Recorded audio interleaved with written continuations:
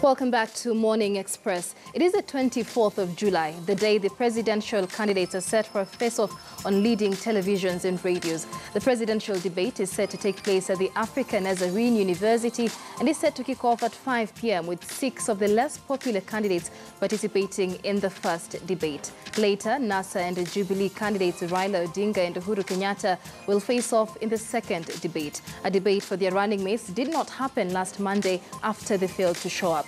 But even as the candidates prepare to debate, what issues should Kenyans draw their attention to? That, plus the fast approaching elections date and the Nairobi City gubernatorial race are the focus on the way it is this morning. In studio, I have lawyer Ambrose Uweda, Sarangombe MCA Owino Kotieno, and the Third Way Alliance presidential running mate Emmanuel Nzai. Gentlemen, welcome to The Way It Is. So let's begin with that presidential debate, which is set to happen later today. As it is, we had rehearsals yesterday. A few of the 6 candidates who were supposed to take part in the first debate showed up, but President Uhuru Kenyatta has made it rather clear that he will not be taking part in this debate. Let me begin with you, Kotieno. As to the question, what issues should Kenyans be drawing attention to in this debate? Well, thank you so much, Michelle. There are quite a number of issues that are plaguing our country.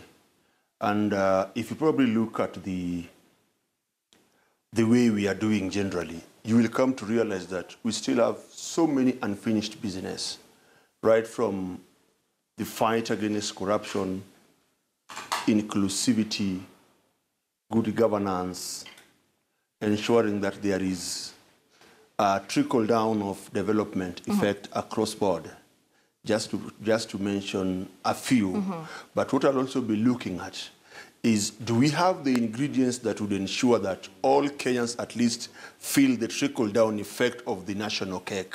That's actually one of the things that I would want to hear from our presidential candidates. How do we ensure that this national cake actually trickles down to all the 40 million Kenyans? Yes. And of course, like I mentioned, President Uhuru Kenyatta has made it clear that he will not be attending that debate. Let me come to you, Weda. Even with the issues that Kotieno says should be addressed in this debate, is this the only platform really that can have these issues addressed? No. The president has been addressing these issues, addressing them in terms of work. It's not about a debate like a school debate, a farmer is better than a teacher, then Honorable Raila is on this side and Honorable Uhuru is on this. That's still left for those who are trying to bring their teeth, those who are trying to grow like my future presidential candidate, Kuru High Court, and his deputy. But for now, there are real issues that are being tackled, and the president is tackling them. So that when there's a question, it will be a question of, tell us, what have you done in terms of infrastructure, how is the economy growing, how these are the issues that would be tackled either in rallies or in press conferences. Yesterday it was on social media and several other fora. Let us not put our heads on the debate because we want to look like Americans. Right. No, our challenges are totally different. This is not how good. If you put the 8 presidential candidates, chances are that Kuru High Court will be number 1, Wainaina number 2, then Uhuru number 3, then maybe Raila number 4. And the debate, like school, will not be tackling the real issues. But so, don't you agree that even with the 2-tier approach they're using in the debate, because Raila Odinga is set to be to face off with Uhuru Kenyatta, but the different rallies, the different press conferences have been held as a single party. Don't you think it's important for Kenyans to have that compare and contrast from the different parties on the same platform? I have said the debate is about eloquence. And if it is eloquence, I am sure the leading presidential candidates in this debate eloquence would be Dr. Kuru High Court and Professor Wainaina. But in terms of management, in terms of running the country, in terms of deep issues, then it is a totally different ballgame that ought to be handled in a different manner. We would like to mirror America. It is beautiful, it is attractive, but our challenges are totally different. Right. So that when you put you put Honorable Raila Odinga and Honorable Uhuru Kenyatta the same as we did with the Nairobi gubernatorial debate.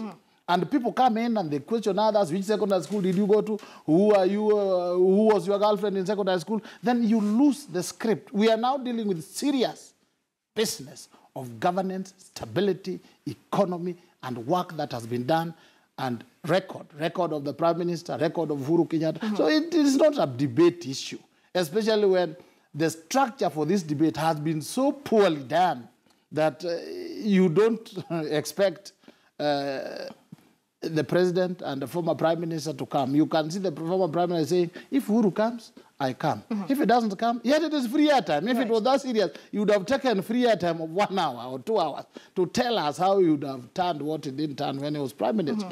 So ideally, if the groundwork would have been laid properly, but the issues set that we want this discussion and this, we want to hear President Uhuru on this, we want to hear Honorable Raila on this, then it would have been beneficial to Kenya. Right. But left free the way it is, they will come and people will ask about the high school they attended, and that's serious. All right, Nzai, you were supposed to show up in the running mates presidential debate, but you did not appear on stage. Only one person appeared on stage. I don't know if your presidential candidate, Okuro Aukot, will be part of this debate this time, considering the grievances that the Third Way Alliance Party had for the running mates debate. Yes, thank you. Yes, we did not appear on stage, but we appeared on the premises, and we appeared because we had agreed and we had asked. And this is all the other 6 candidates, apart from Uhuru and Raila, that we were asking for only one debate, because a 2-tier debate is discriminative. There were some parameters around that they said it would be 5%, those who were showing up in polls, 5%, and lower would be 1 tier. We never even saw the polls. So our ask for the organizers was simply do one debate. Our ask for the 2 horses was simply do one debate, because right now, as it stands, there is a lot of stake in the country on the things that need to be discussed. Right. More than 70% of Kenyans simply are not happy with the direction of the country. And this goes into both leaders. It's not just one of the horses, both the ruling and the opposition. So today, we will appear there because I think the Kenyan people now understand why we did not go. I think we will put our case to the Kenyan people that the 2 horses do not want to debate and talk about the real issues. They would rather go around the country and talk to the Kenyan people in these rallies, where there is no Kenyan who asks questions about UNGA, there is no Kenyan who asks questions about unemployment, about the nurses striking. They don't want to talk about these issues. So I'm glad my friend here says that Okuro Aukot will actually come in #1 and all the others, and his candidate will be #3. In terms of eloquence. It is not about eloquence. It's simply about the issues. Our platform, we are standing on honest and transformative leadership. You cannot talk about transformation with the Jubilee government right now. You know, we're going into an election, and in history, for the first time, we're going to an election when there's people with hunger. There is no food, okay? Doctors are striking, nurses are striking. There is so much theft in public funds. These are all issues that I think the Kenyan people deserve answers. When we put up a constitution of leadership and integrity that has been in implementation in the last 5 years. So I think, again, my appeal with him being here is simply go talk to your principals that a lot is at stake right now. The Kenyan people deserve all 8 candidates and make it 4 hours. Let them break within probably an hour. If the Kenyan can go out and spend a whole day in a queue to vote for you, I think they deserve for you to sit with them for probably 4 hours. Right. So Okuro Aukot will be showing up, and President Uhuru Kenyatta, of course, making that clear. I don't know if you can, Kotiano, speak on behalf of NASA and whether Raila Odinga will be showing up for this debate. Well, we shall be showing up. We shall be showing up for this debate because this debate is not about either Uhuru Kenyatta availing himself or Raila not availing himself. The reason as to why we are going for this debate is to confirm to Kenyan people that we are very much committed insofar as the principle of accountability is concerned. I believe this is not just a platform where people come to show off their eloquence, because after all, eloquence is not a measure of knowledge or a measure of good governance. Actually, it is important for us to understand that after the 2013 election up to date, Kenyans have not had a forum where they would interrogate President Uhuru Kenyatta or interrogate Raila Odinga or interrogate all these other people. And I'm seeing this as the most beautiful opportunity for the president actually to come and defend this track record. Rather than just inviting people on social media, then questions are being screened. Manuel Sipisu determines what is asking the president and what is not asking the president. I think that is unfortunate. It actually confirms the mentality that the leadership of this country have had, that the people are just objects of moving them from point A to point B. Once they reach point B, they no longer take them seriously. And I think if Uhuru doesn't come, it will be an indictment on the Kenyan people and even to his party. Right. I want him to come so that he can actually confirm to us that he's committed.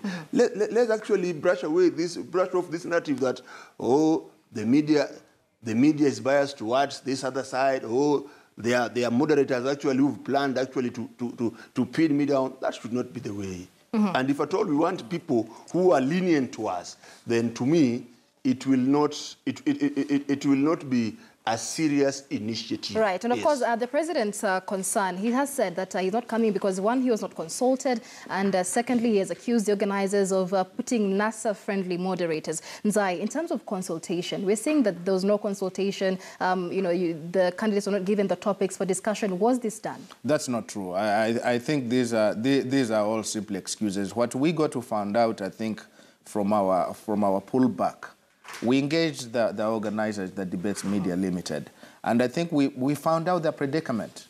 Unfortunately, the predicament is the same predicament that IBC currently have. They're sandwiched between these two horses who do not want accountability. They do not want to debate in a fair place where the Kenyan people ask the tough questions. And the result of it is that they are finding excuses. You know, what is fair than you simply showing up to that debate, being asked questions and being asked questions by the people who appear there, you know? So I think they're finding, but I think going back to your earlier question, what's more important to the Kenyan people that need to be discussed now? I think what we are bringing up there in terms of our agenda is really the problem of the Kenyan today. The problem of the Kenyan, and when we went to put in this constitution, was inequality. The answer to that is an inclusive Kenya, which is all coded in the constitution. The problem we have is simply bad leadership, which has totally failed. We have a leadership crisis in Kenya, and it's about time we get to accept that, okay? Why do we have that crisis in that leadership? I think the leadership which is there, and it's both opposition and the ruling right now, I think what they have done is they have used theft of public funds, and that theft basically gets to put them in that position, and that's the money which is being used in campaigns now. They have used tribalism clusters that they have put up across the country for people simply not to think about the issues, but to only think that, let me vote for this candidate because he comes in from my tribe. And if they fail in that, they actually apply impunity. So in our side, we have this conviction, Third Way Alliance, that these two leaders right now cannot be the change that we need for this country. They cannot take us anywhere, and the next 5 years, either one of them wins, hopefully not. They will give us the same thing that we've had, and the Kenyan person will have more inequality than ever before. Right, and of course, so that platform of the debate will be tonight, where even the Third Way Alliance will get to showcase what they have to offer for Kenyans. But that comes just 14 days to the elections. And there's several unresolved concerns ahead of the elections that are yet to be resolved. One of them is the parallel vote tallying that NASA is going to have. And it's not something new in a general election, so to speak. Let me come to you, Weda. In terms of the controversy surrounding the parallel vote tallying center. In the wake of the High Court ruling that Al Ghurair will go ahead and print the presidential ballot papers, NASA said that ruling had not shaken them because they'd put in place enough measures to curb rigging of votes. One of them is this parallel vote tallying center, which is stationed in Tanzania. Your thoughts on this center? Now, before I give you my thoughts on that, my brother, the running mate to my friend, Dr. Ekuru Aukot, has talked about people, not about the debate. He did not apologize to Kenyans why he didn't turn up for the deputy president's running debate. Why would people be so funny that they themselves fail to turn up, then they come here and with a clear face, they tell Kenyans why others should attend? Surely, you start by apologizing and say, I'm sorry, with that time we made a mistake, but this time we're going to do it. That is one. Two, yesterday, I was in Kenyatta Market at around 2 with my family. And I went to a nearby supermarket just next in the building, just next to Kenyatta Market, where we found and bought the government unga of 90 shillings. I was surprised, and there was a lot of it. So when people sit here and they say it's unga, I think they are living in the past. And when you come to Kisumu, where I come from, we are now having maize from the farms. But that aside, this overhyped tallying center in Tanzania or Bahamas or wherever, we are giving him too much due attention. If a foreign country is involved in interfering or aiding or being together with some people of another country in the electoral process, like Russia and America, then Tanzania should be prepared for the diplomatic debacle that will result. That is one. Two, it is fairly bad for a leading presidential candidate to have a center, which he calls a tallying center, in a foreign country. If it was a genuine, obvious, ordinary secretariat where you collate your results, then it would be somewhere in Upper Hill or somewhere in his house or somewhere in Bondo or somewhere where I come from, or even here I am building. But when you put it in another country, it is meant for other purposes, and it is totally wrong. We recall, this is the time we look back. When we had the joint coalition government between President Uhuru and Mheshimiwa Raila. It was a government of war, a government of people fighting and quarreling and jumping up and down. So that when we are facing very delicate elections, very delicate where the courts have been there, people have gone to court, eventually the court said, enough. They have derailed IEBC, enough, and the court said it is enough. Now they have come up with another foreign country. They should stop because this will destabilize this country. Is the problem the fact that it is in Tanzania or the fact that he's having a parallel tallying center? The worst of it all is having it in Tanzania. It gives another general dangerous picture. If it was a genuine tallying center, every candidate has a tallying center. Right. Even MCAs and even Sarangombe, there was a tallying center for my cousin here, where your agents receive, people call you and say, here, we have received the number of votes here, so and so, and you add. It's a secretariat. You can call it a tallying center or a secretariat. It would be normal. But when now it is in another country, with a president that is viewed to be fairly close to Honorable Raila, then we are saying, what else are you people planning? Right. So that fact that it is in Tanzania is bad enough. Kotieno, just like weather, critics have said this having this parallel tallying center in Tanzania could sort of begin a diplomatic tiff, undermining the sovereignty both of Kenya and Tanzania. Your thoughts on that? I wish they would just be honest, because this tallying center cannot lead to diplomatic tiff. And I know there are boundaries that have actually been drawn. The reason as to why the reason as to why we've actually put our tallying center in Tanzania is of usual reasons.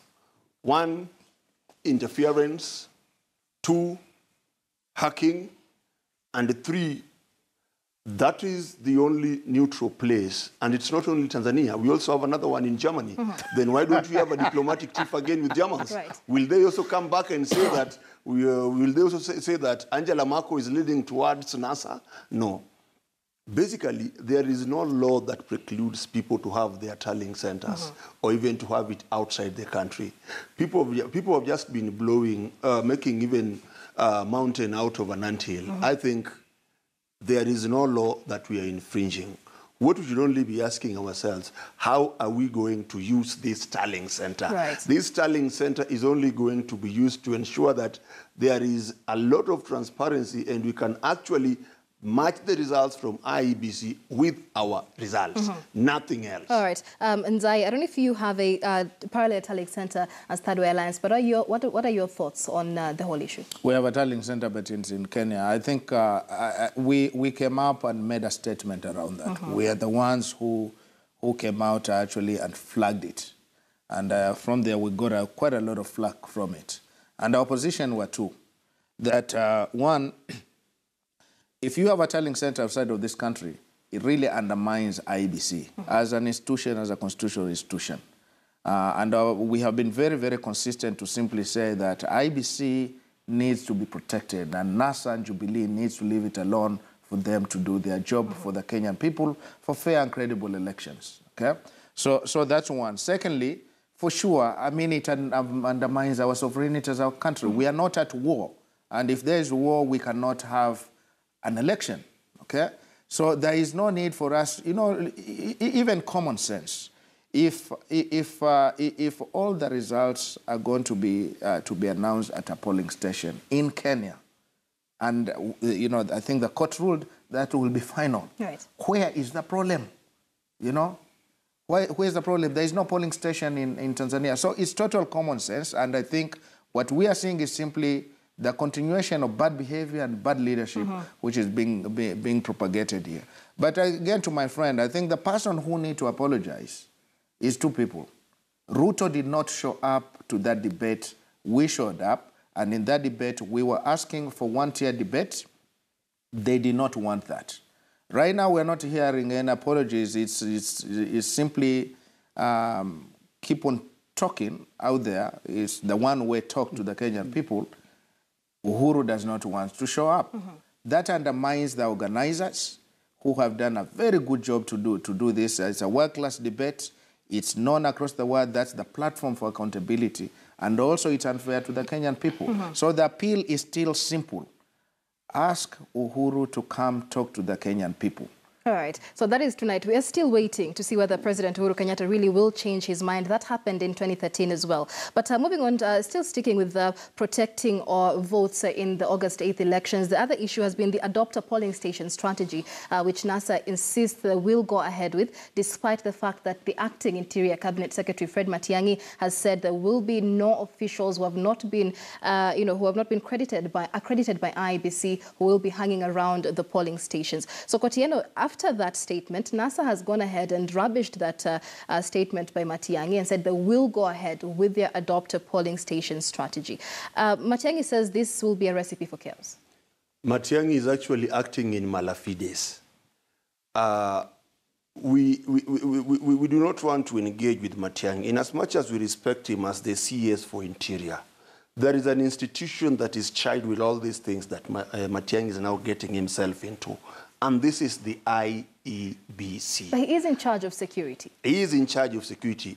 Adopt a polling station is not a threat to security, not unless they have their own ulterior motives as to why people have been adopting these polling stations. It's not the first time we are going to adopt it. Just maybe Kotieno, to tell us what NASA means by adopt a polling station, because the perception out there is that NASA has told their supporters to vote and not go home, to remain there and guard their votes. That is what Matiang'i says is a threat to security. Let me now inform you. The concept of adopt a polling station is basically simple. That for me, as a voter of Olympic primary school, we have to identify, and we have the register of all voters of Olympic primary school.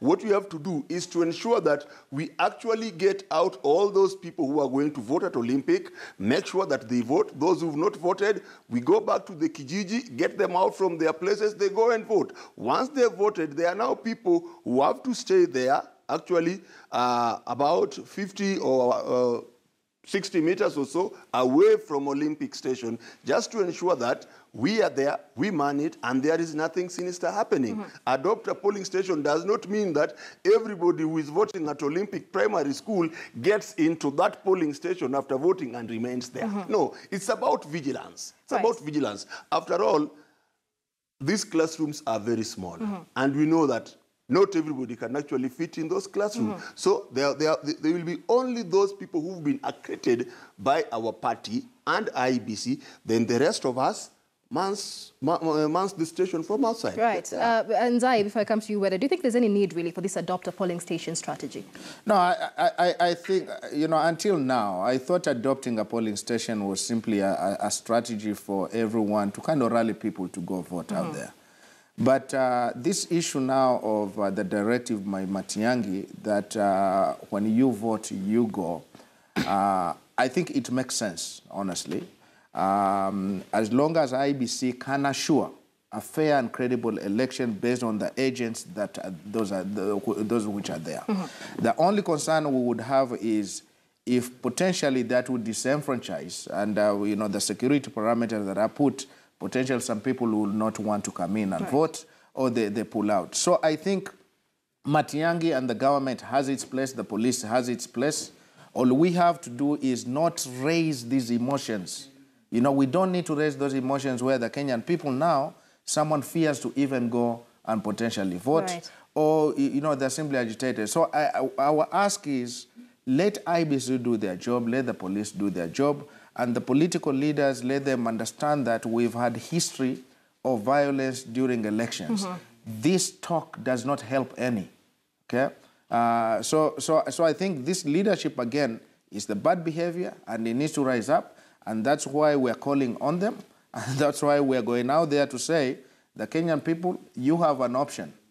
And you're not going to get this change from either Jubilee or NASA because they're going to continue doing the same. All right. Weda, your thoughts on the adopt a polling station strategy? Adopt a polling station is a new concept brought by old players who have participated in various elections since the 90s. And they've participated in those elections and they've won them. But this one has been, and this was designed to ensure that the elections are mad, are messed up, and then we have a constitutional crisis, and then we have a Nusum Kate government. Why do I say so? When Matiang'i was minister in charge of communication, he was under a barrage of attack from Honorable Raila Odinga. When he was minister for education, cleaning education, that is when now Raila attacked him most. The day he was named CS Interior, he was even attacked for being named before Nkaiseri is buried. You can see a series of attacks so that you have a hyena image, then now you are brought down. The law says that you have agents, election officials allowed at a polling station, plus agents that are accredited. Any other person is not allowed, apart from the voter who votes and walks away. What NASA wants is that they want to bring in their supporters to remain there, and if necessary, mess up the electoral process. Then they say, now, the elections, we don't know who the winner is or who the loser is. The better way is to come together and share this government. That is why they are so worried, because Matiang'i is a no-nonsense, serious cabinet secretary who has told them, you don't adopt a polling station, you don't adopt children. When you adopt, it means you own it. You're actually in charge. They want to be in charge of this polling station. And that is wrong. We better tell NASA, if you win, win clean. If you lose the way you are going to lose with 1% here, there, you are claiming is the advantage, you better, because this country is bigger than this, our 5 dancing senior colleagues. Right, and of course, NASA's claims began even before the death of Nkaiseri and before the appointment of Matiang'i as acting CS. And now, the claims that they're bringing up is a warning that election observers in the country and in the EU are giving over fears of possible violence, election violence. And this is because of sensational claims that have been given by NASA that the government is planning to use security docket to hang on to power and, so to speak, militarize NASA's strongholds to suppress voters from coming out to vote. Kotieno, what evidence is there to make these claims, first of all? One, it was in bad faith for administration of the day to profile some areas that are not popular with them as hotspots areas. The idea there generally is to send officers or security personnel in guise of going to contain violence or to contain conflict there. Once security men have infiltrated those areas, and I know they'll be roaming around, people will have fear, and this will actually suppress people to come out and vote. Basically, I would want to know the yardstick that they were using to come and say that this area X is a hotspot, area Y is a hotspot. Then, secondly, history is replete with the countries in Africa and leaders in Africa who've clung to power being aided by security personnel. And I know, African leaders, immediately when times come for election, they normally develop this maladjustment of not transiting from their stations to the other. And I know Uhuru is not an exceptional. He will be beaten, and he will not he will not want to give power. And that's why we are saying the security personnel should maintain their role as people who are maintaining law and order or people who are guarding our borders. Period. Anything more than that, it will be an indictment in our polling process. Right. We are saying that we want to respect law and order. We respect our servicemen and our women, but what they too should actually respect our right to exercise our democratic right peacefully. Right. Yep. And Zai, your thoughts on these, the warnings that we're being given by election observers, and most of them stemming from the claims being given by NASA? Yeah, I think that still goes into really the sad part of you see, a sitting president, even when there's an election, is still a sitting president, and they have major responsibility to simply assure the Kenyan people that it is okay. You know, we'll have a peaceful election, and whatever we do, the directive by my minister, the like of Matiang'i, is all in good faith. Okay? But the problem we have here is simply a problem of mistrust, which has been there, a problem of simply every one of them does not really want a fair and credible election. They simply want to win. In all this conversation, what you see, there is no conversation about the Kenyan out there. It's a conversation about these two people, or simply how they secure their votes. They're not thinking about the Kenyan right now, where this tension that's going on, someone is thinking maybe I simply need to go home with my family to secure my family. Right. And those are real things which I think the international community has come up and said. Now, I think it goes back to what's important today, that these two still have major responsibility. Today is a major platform where simply they can assure the Kenyan people that it is well, okay? Again, I call on them. I think some of the issues that we'll be discussing there, to just give you a glimpse, we're going to be discussing about the social and economic injustices. We're going to be talking about the theft of public funds. We're talking about ending tribalism. We're talking about protecting the Constitution and rule of law, which has been trampled around by all these two parties. Because much of this, what you are hearing, is simply, if the law works for me, that is good. If it does not work, then I will break the law, right? And it is okay. And we'll be coming back to that conversation. Whether, let's briefly finish up on this militarization claims that NASA has. Now, I think NASA is trying to hold on to anything. Their thinking is very fallacious. One, you cannot say that all the people in the security organs are Jubilee supporters. They are I know some of my friends are ardent NASA supporters. And just to be fair, to put it into perspective, yes, according to NASA, they said they have their people, within the police service that are giving them this information, that a section of the police service is being used for this purpose. That's what I'm coming up. I'm saying, when you say that these people will be supporting Jubilee in their quest to ensure that people don't turn out to vote, that is on the presumption that Jubilee supporters, the security agencies, are mixed. Secondly, to say that there are no hot spots in this country during elections, it's just to bury your head under the sand and then pretend that it is Jubilee. There are areas that are more prone to violence on small ignition that requires action to be taken so that people feel safe. I do not think, because in every polling station there will be police officers armed with G3 or AK-47, and it has been so since the 90s and the 80s, when Honorable Kalonzo was running as a candidate and was minister, and it did not prevent people from going to vote. Why it would turn out that today they will not go to vote is to make a story for NASA to find a way of rejecting elections once they lose. Let us avoid unnecessary, scary rhetoric that has no basis, so that you have an excuse for rejecting this election. All right. So we're speaking to lawyer Ambrose Weda, Emmanuel Nzai, who is the running mate on the Third Way Alliance, as well as Owino Kotieno, who is the Sarangombe MCA. This is the way it is at 56 minutes past the hour. At this point, we'd like to say goodbye to those watching us on KTN Home. Life and Style is coming up next. But do stay tuned to Morning Express on KTN News. This conversation continues after the break.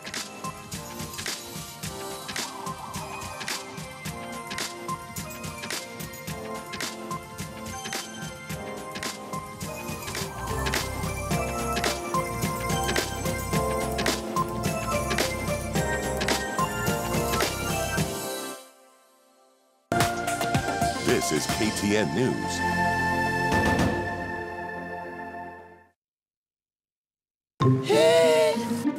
Hii biashara yako imeshika kushika Siri ni Skiza Bizna.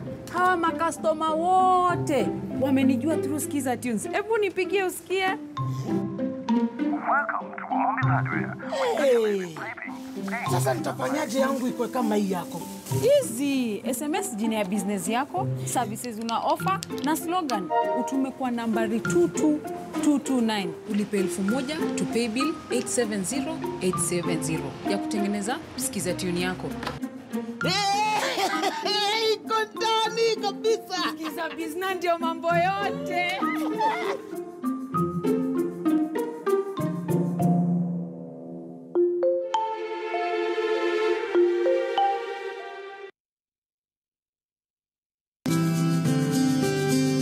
Kwa zaidi ya miaka 15 tumekufahamisha.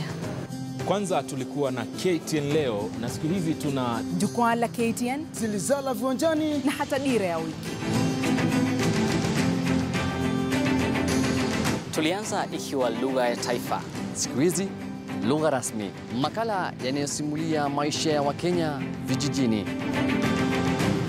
Makala ambayo yametufanya kuwa Jogoo anayewika mjini na mashambani.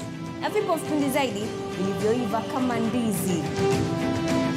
Na si KTN leo na KTN leo weekend pekee, Bali pia kimasomaso, dau la elimu na mirindimo. Ni kikosi cha Kiswahili saa 10 hadi saa 2 usiku, siku 7 kwa wiki.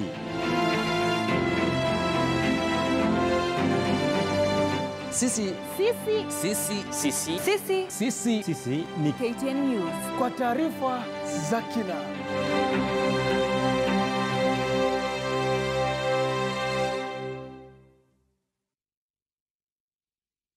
We believe in a newspaper that entertains, surprises, informs. We believe in a paper that brings you the truth. Clearly, concisely, without bias. Every day, we believe in a paper about people. Real people, inspiring stories. From near and far. We believe in a paper for everyone. That's why we're changing.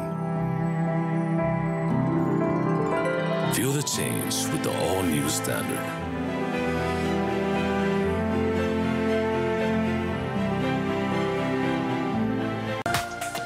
This is KTN News.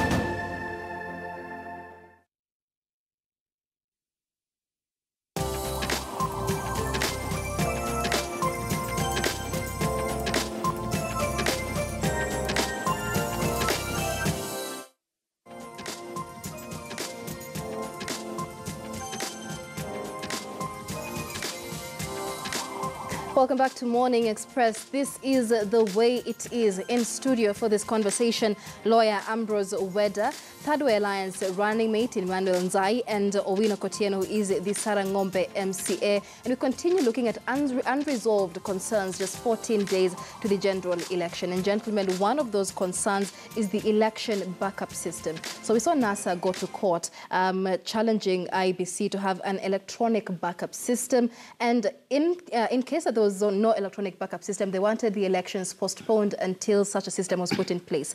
Now, the court made its decision on this issue, saying that it is not possible to have a fully electronic election and saying that there will be a manual backup in the election. Kotieno, what does NASA stand with this decision?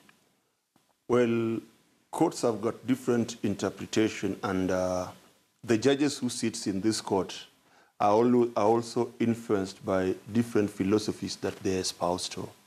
And if you look at the preparedness or our readiness, the court saw it wise not to compel IEBC to have electronic backup system, probably because of our level of, probably we've not attained that high sophistication technological that would have compelled IEBC to have an electronic backup system. But what is important actually for us to know is if IEBC have been given the go-ahead to proceed, I think they should now proceed in good faith. If it's a matter of charging batteries, putting all those equipments in order, in fact, charging them would be very important. We should have now standby backup systems, either generator or small batteries, so that we not go back to where we were, because I'm just imagining a returning officer somewhere or a presiding officer anywhere or clerk somewhere sabotaging this process, then we just say that it is not working. So when it stops working, then now that is the time where our bad behavior actually starts to manifest itself. Right. And those are some of the things that we were alive to. How would we determine now that it is failing? Because failure could be man-made or just failure because of obsolescence or just natural things affecting the machines. So the criticism to NASA was that if there can be a man-made failure for the electronic system, why can the same man-made failure be transferred to the electronic backup systems? Why is it that NASA is insisting on this electronic backup system? Because sometimes it is not easy. It is not easy to interfere with the electronic backup system. And if in the case that we also interfere with this electronic backup system, there are traces that would show that this one was done by so-and-so at this particular time, because they've been pre-programmed. And if you are a good student of technology, you can actually trace the genesis of that failure electronically or through use of technology. But if you are using manual system, it will be difficult, because if we store them manually, there would be no traces of interference. But with electronic, there would be traces. Right. Nzai, does Third Way Alliance have any concerns with regard to the backup system? You know, IBC has been diligent in calling us to have conversation about the preparedness.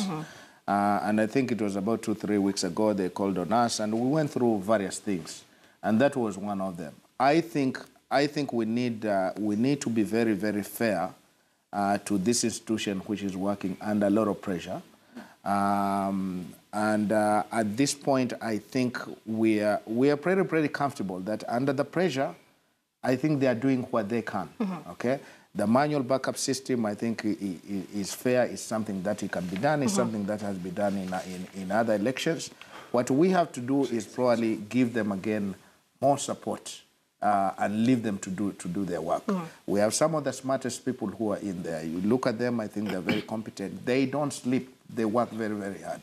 So instead of us keep on piling pressures on them, the best that we can do as leaders is listen to mostly the Kenyan people and have them simply execute their mandate. Right. Weda, your thoughts on this backup system? I think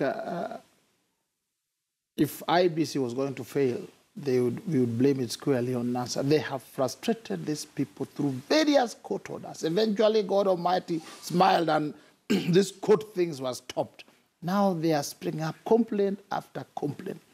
This issue of manual backup came up. It was in Parliament, it was in court, where we are saying, look, in a polling station where there are 500, 900, 1,000, most polling stations have about 1,000 or streams. We are saying you go there and there is a failure of the electronic system. We have the register so that you are not told. Nzili here is not told that you are not voting because this has failed. Right. That was the preparedness.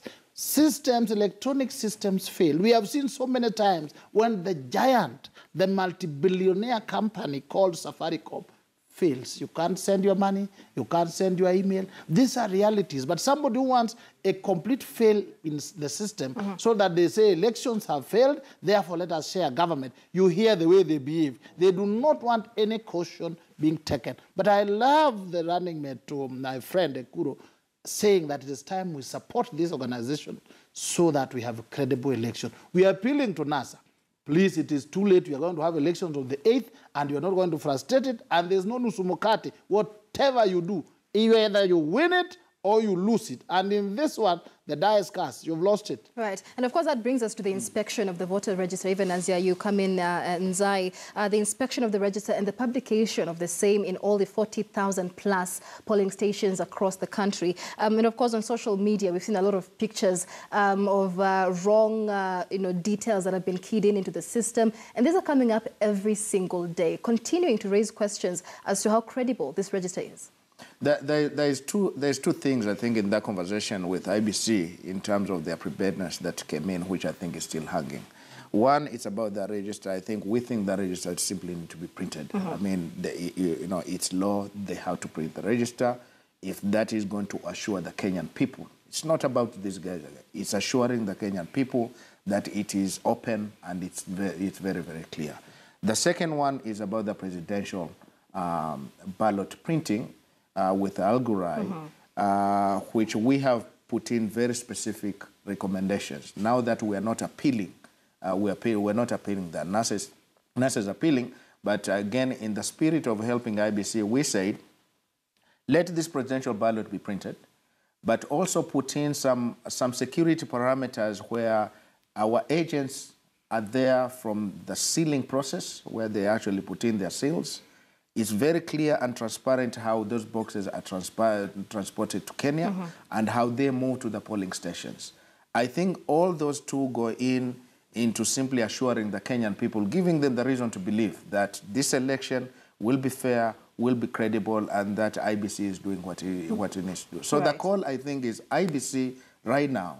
If there is any people who need to rise up to leadership, it's IBC, based on the history and what the Kenyan people are demanding. So Chebukati and Ezra simply need to rise up and stop listening to these people who are fighting out here and do their job. Right. Kotieno, the voter register is one thing NASA has had quite an issue with Raila Odinga being very vocal about it. And every day, like I mentioned, there's always an instance of wrong information being keyed into the register. Your thoughts on how this can be rectified just 14 days to the election? These are self-inflicted kind of trouble because IEBC ought to have published this register 60 days to the general election. And they wait until a private citizen goes to court, actually filing a petition compelling them to publish this register. I think that is not fair because these are people who are living on taxpayers' money. They ought actually to do their work diligently, and they need not to be reminded through petitions. I want to tell you, the reason as to why we are very serious with this register is because we've learned from the past mistakes, and credibility of an election is as good as its register. If that register is compromised, then even the entire outcome will probably be compromised. And that's why we are saying, if there are names, if there are IDs, if there are issues within this register, these are things which could have been cleaned long time ago. KMG was given a contract. They never lived up to expectations. Then when you inform IEBC, they're saying there is nothing we can do. That's how it is going to be. The most important thing, I know it is never too late. It is never too late. What they need to do, upload this register. Inform members of the public that it is there. If there is a problem with their, biometrics or even with their ID number, go to your nearest IEBC office and actually do corrections from there. Rather than they are seated pretty, actually waiting now for complaints to come when people would be voting. It will be a waste of time. It will be a waste of time. A good election actually starts way back. And it also encompasses the credibility of this register. Right. Weda, your thoughts with regard to the register? I want us to look back. IEBC gave out and published a timetable of events from the massive voter registration to compilation to availing the register for inspection and so on. What happened? NASA went to their friendly judges and got various injunctive reliefs. And IEBC started gasping for air. They didn't know now what to do because there is injunction there, injunction here, injunction here, injunction here. With those injunctive orders in place, work stopped. And time was not waiting for NASA or Jubilee or Third Way Alliance.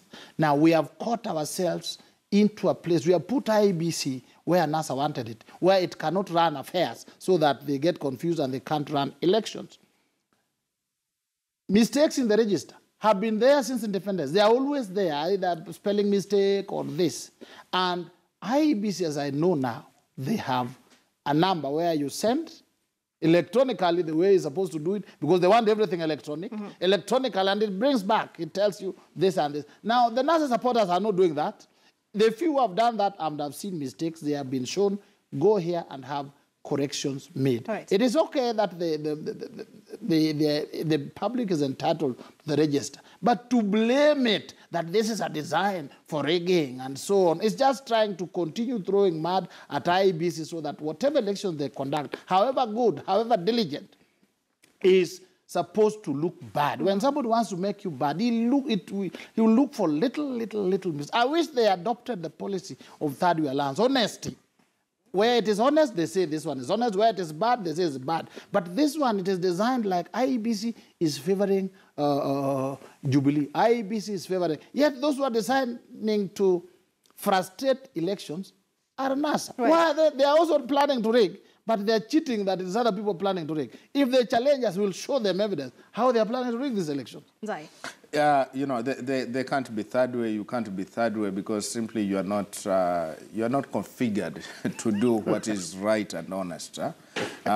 You see, that we need to go back in history in this country in terms of the issues that we've had during elections. Whenever there is an incumbent president, there's always been an issue. Okay, and right now much of this oscillation is really the same thing. Okay. We need to protect this constitution and rule of law. What we have seen in the last 5 years between them is simply breaking of laws across the board. And this is, I think, the peak of it right now. That now everyone wants to simply hold on to this position, the positions that they have, and they take us to the other five. Our proposition to the Kenyan people is, you do not need this. Ekura Okot and myself are coming up to give solutions to this country. It's not about eloquence. It's simply honest. We have not stolen anyone's money. We have the right ideas for this country on how we protect the constitution and bring in rule of law, how to stop the theft of public funds, and much of this, the protection of the institutions that we have. Right. We cannot have it on our side. We simply have this conviction that they have no solutions for this country, and it's time for them to go. In fact, tunawaambia wafagiliwe wote. And of course, we'll be hearing Ekuru Court tonight on the presidential debate. Gentlemen, we're out of time. Kotieno, let's have your closing remarks. My closing remark is that we are only 2 weeks away from these general elections. Those 2 weeks are actually monumental insofar as credible election is concerned. IEBC actually just need to put its house in order, do proper communication, do their things in good faith, then let them leave the rest to the people, because I am tired of people saying we are praying for peace. We do not need divine intervention for us to live peacefully. What basically we need to do is to ensure that the variables for conducting a free, fair, and peaceful elections are done, so that peace will just be a byproduct of those variables. Right, right. Weda, your final comments. All I can say is that if you love Honorable Raila Odinga, if you love Uhuru Kenyatta, if you love Ekuru Aukot, Wainaina, please prepare to go and vote for them. But none of these people is worth anybody's blood. Do not hurt your brother or sister because of any of these people. Kenya will be there after that, and some of us will also come in and lead this country. So don't die today we need in another 30 years. All right, and that's a good note to end this conversation. That is The Way It Is. Lawyer Ambrose Weda, Emmanuel Nzai, who is the running mate for the Third Way Alliance, and Owino Kotieno is the Sarangombe MCA on The Way It Is. And that conversation brings us to a break here on Morning Express. Do stay with us. More news making headlines coming up after the break.